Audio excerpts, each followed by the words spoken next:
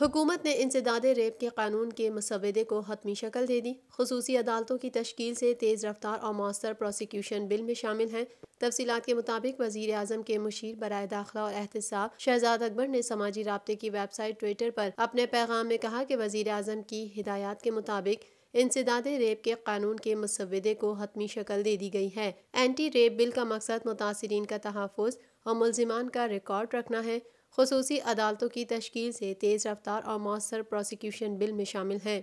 یاد رہے وفاقی حکومت نے زیادتی کے مجرموں کی سزا کے لیے آرڈیننس لانے کا فیصلہ کرتے ہوئے زیادتی کے شکار بچوں کی شناخت چھپانے سمیت مستقبل محفوظ بنانے کا واضح پلان لانے کی ہدایت کی تھی۔ وزیر اعظم نے قانون سازی کے لیے مزید وقت دینے سے انکار کرتے ہوئے کہا کہ زیادتی کے واقعات کی روک تھام ہر صورت یقینی بنانی ہوگی۔ سنگین نوعیت کے معاملے پر ایک لمحے کی تاخیر بھی نقصان دہ ہے۔ دن رات کام کریں لیکن معاملے کو منطقی انجام تک پہنچائیں اور فاسٹ ٹریک مقدمات کے ذریعے انصاف فراہمی یقینی بنائی جائے۔